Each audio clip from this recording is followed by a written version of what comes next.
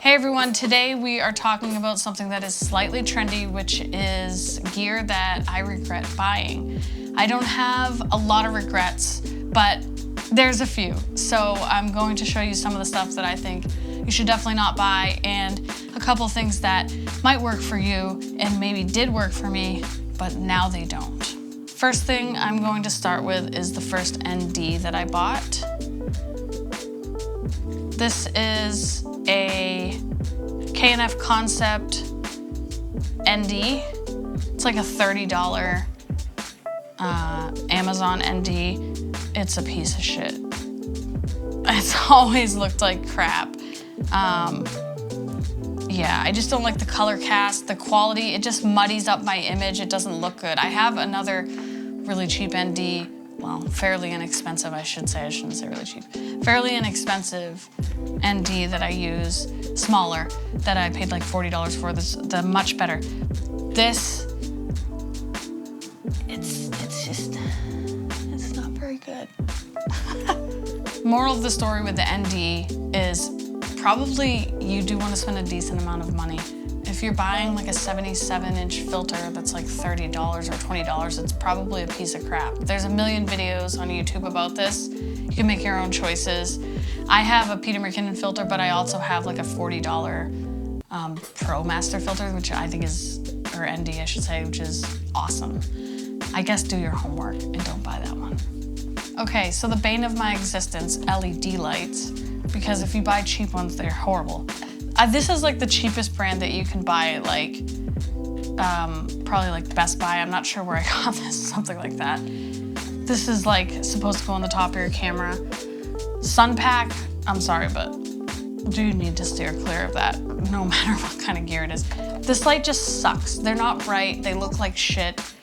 You really need to spend decent money on LEDs. Same with like, this is a kit that I got. It has stands and everything. It's a pretty cheap kit.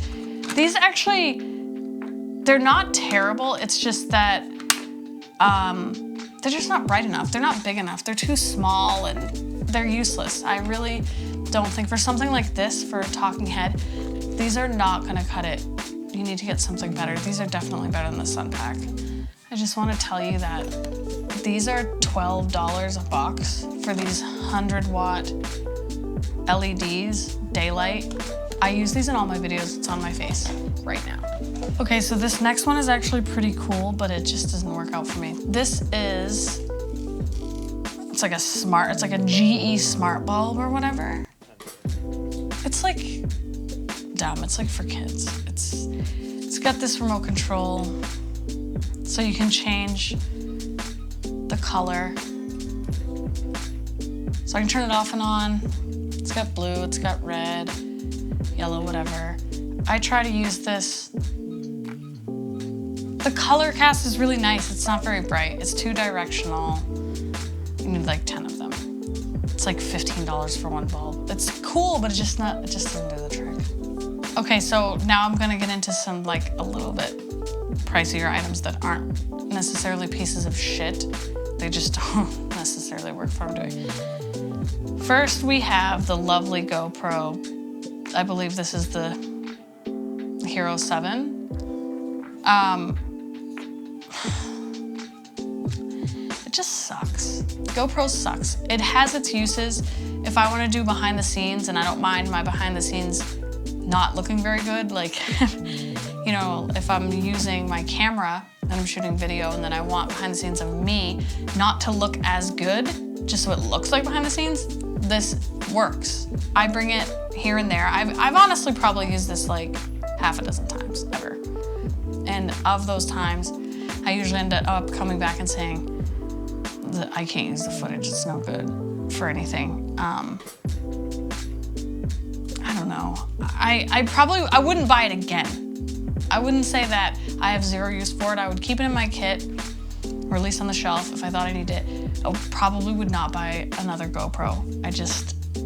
I'm not impressed with it. There's pretty much probably better action cams out there, but I'm trying to steer clear of the action cam whole thing because I just think it's something that I really don't need.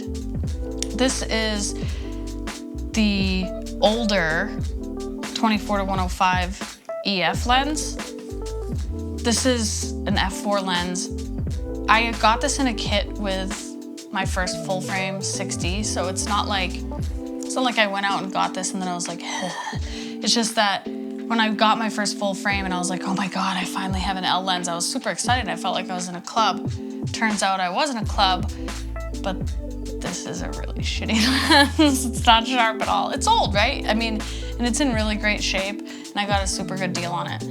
I would never turn back time, so maybe it's not a true regret. But it's good for video. It actually looks super good for video. It's just terrible for like portraits. It's Okay, last here is the 60 Mark II.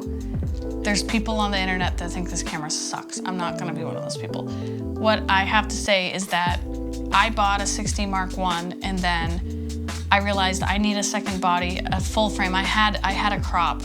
I needed 2 cameras for weddings and I was like, I really need another full frame. I don't wanna use this crop anymore. So I went right out and bought this cash 60 Mark II and then probably 3 months later, bought an EOS R. So the reason why it's going on my regret list is because I kind of wish that I had maybe done a little more homework, because I essentially went from like not gear crazy to gear crazy like a very short time.